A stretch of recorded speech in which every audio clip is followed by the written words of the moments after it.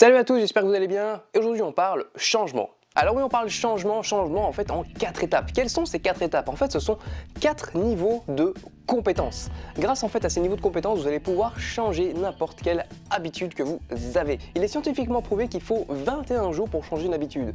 Mais 21 jours ne suffisent pas, je le sais, je l'ai expérimenté par exemple pour la musculation, j'ai fait des pompes, etc. J'ai fait des exercices pendant 21 jours, je peux vous garantir que le deuxième, j'avais pas envie. D'accord, c'était pas devenu une habitude, c'était pas devenu un réflexe, c'était pas devenu quelque chose que j'avais envie de faire tous les jours. Maintenant c'est différent parce que j'ai implémenté certaines techniques, certaines actions par rapport à ça pour me permettre justement que la musculation devienne quelque chose d'agréable, quelque chose qui me booste, c'est quelque chose que j'ai envie de faire. Mais c'est pas le sujet de la vidéo. Aujourd'hui, on va voir quels sont les 4 niveaux de compétences pour pouvoir changer n'importe quelle habitude et n'importe quel préjugé. Alors quels sont ces 4 niveaux de compétences?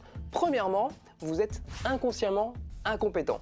Qu'est-ce que ça veut dire? Quand vous êtes inconsciemment incompétent, je vais le dire en des mots plus simples, ça veut dire simplement que vous ne savez pas ce que vous ne savez pas. Ça peut paraître débile à dire, mais c'est vrai, vous ne savez pas ce que vous ne savez pas. C'est-à-dire que si vous voulez développer par exemple une nouvelle compétence dans un domaine, eh bien, vous ne savez pas au début, vous ne savez absolument rien, donc vous ne savez pas ce que vous ne savez pas. Et en fait, directement après, vous devenez consciemment incompétent. Qu'est-ce que ça veut dire? C'est-à-dire que vous passez de inconsciemment incompétent à consciemment incompétent. Ça veut dire que maintenant, vous savez que vous ne savez pas faire quelque chose. Si par exemple, je vous dis, eh ben voilà, je vais apprendre le portugais, avant vous ne savez pas spécialement que vous ne savez pas parler portugais parce que ça ne vous est jamais venu à l'esprit, parce que vous vous en foutiez simplement et que vous n'êtes jamais intéressé au Portugal et au portugais.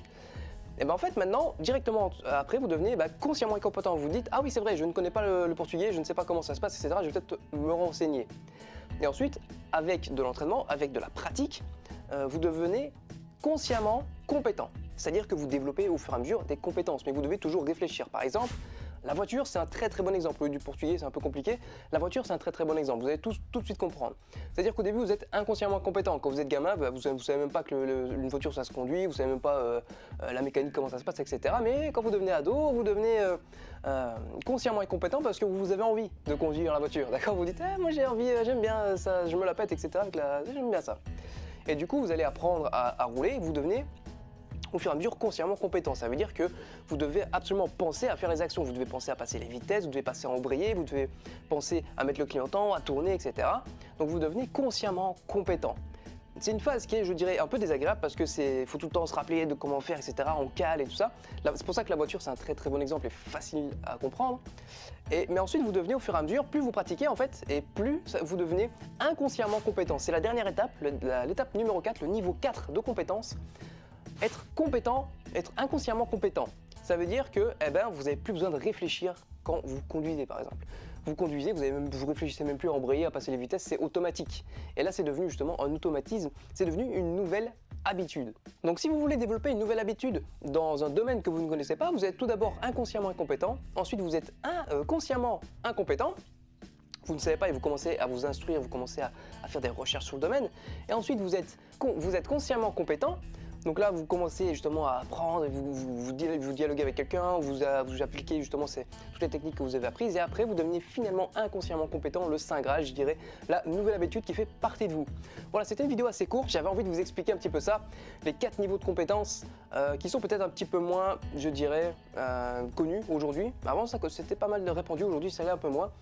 Mais voilà, j'ai envie de vous partager ceci. Et n'oubliez pas que j'ai toujours un site internet pour justement où je développe des programmes. Donc si vous êtes encore là, c'est que vous voulez passer votre vie à un autre niveau, c'est que vous voulez justement vous booster un petit peu. N'hésitez pas à aller checker justement le site où je développe divers programmes, notamment sur la colère et notamment sur la timidité qui est hyper complet, de faire d'un timide une personne confiante en 21 jours. Simplement en suivant ce programme hyper complet, j'ai mis toute mon âme dedans vraiment. En tant qu'ancien timide, je sais de quoi je parle. J'ai fait beaucoup de choses et n'hésitez pas en fait à aller checker pour voir un petit peu quel programme vous plaît et pour pouvoir développer certaines compétences et devenir inconsciemment compétent par la suite. Sur ce les amis, n'oubliez pas de lâcher un pouce bleu si vous avez aimé cette vidéo et si vous êtes malade aussi comme moi, je suis toujours malade, voilà, c'est toujours l'hiver, je suis toujours malade.